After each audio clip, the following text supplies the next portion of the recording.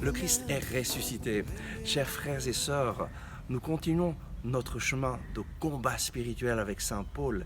Et après avoir indiqué que notre bataille n'est pas contre des adversaires faits de chair, donc contre des personnes humaines, mais contre les esprits du mal qui, c'est vrai, utilisent d'autres personnes pour nous attaquer, mais nous devons reconnaître que c'est l'ennemi, le diable, notre vrai ennemi. Et seulement lorsque nous reconnaissons cela, nous allons pouvoir vivre dans la victoire que Jésus nous a donnée.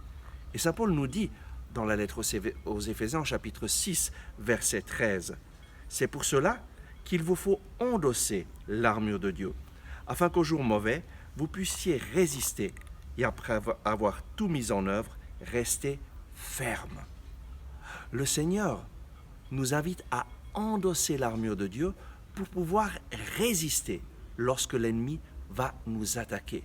Très souvent, l'ennemi prend son temps parce qu'il sait qu'à un moment donné, nous allons être un peu plus faibles, un peu moins attentifs, et alors c'est là qu'il va nous attaquer férocement. Mais si nous endossons l'armure de Dieu, alors nous allons être capables de résister aux attaques de l'ennemi. Et que devons-nous faire donc? Qu'est-ce que cela signifie, endosser cette armure de Dieu? Saint Paul, dans un passage de la Bible, nous dit qu'il faut nous revêtir du Christ. L'armure de Dieu, c'est une personne, Jésus-Christ. Et nous allons voir dans les jours qui suivent les différentes parties de cette armure qui correspondent chacune à une manifestation de Jésus-Christ dans notre vie, à une façon que Jésus utilise pour intervenir dans notre vie. Et donc, la première chose que nous devons faire pour nous revêtir de l'armure de Dieu, c'est accueillir Jésus-Christ, nous revêtir de Jésus-Christ, le mettre au centre de notre vie. D'abord à travers sa parole. Lui veut nous parler chaque jour. Et lorsque nous lisons la parole de Dieu chaque jour, alors lui vient à faire sa demeure dans notre cœur, dans nos pensées, et petit à petit, notre façon de penser va changer. Nous allons connaître la vérité de la parole de Dieu, et la vérité nous rendra libres.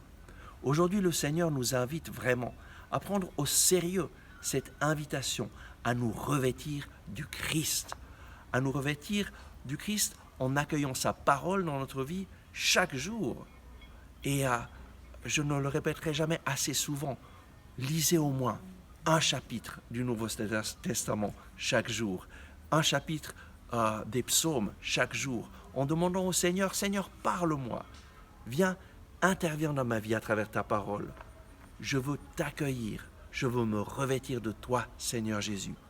Et alors, en le faisant, petit à petit, la parole de Dieu va s'implanter dans ton cœur, dans ta façon de penser, et au moment où l'ennemi t'attaquera, tu seras conscient de la présence vivante de Jésus en toi. Et comment est-ce que nous allons résister aux attaques du diable?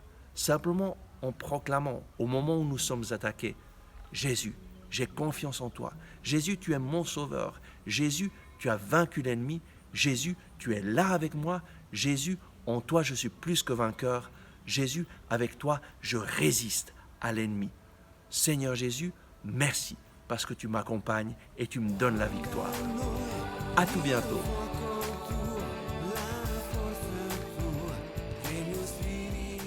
Merci d'avoir regardé ce message.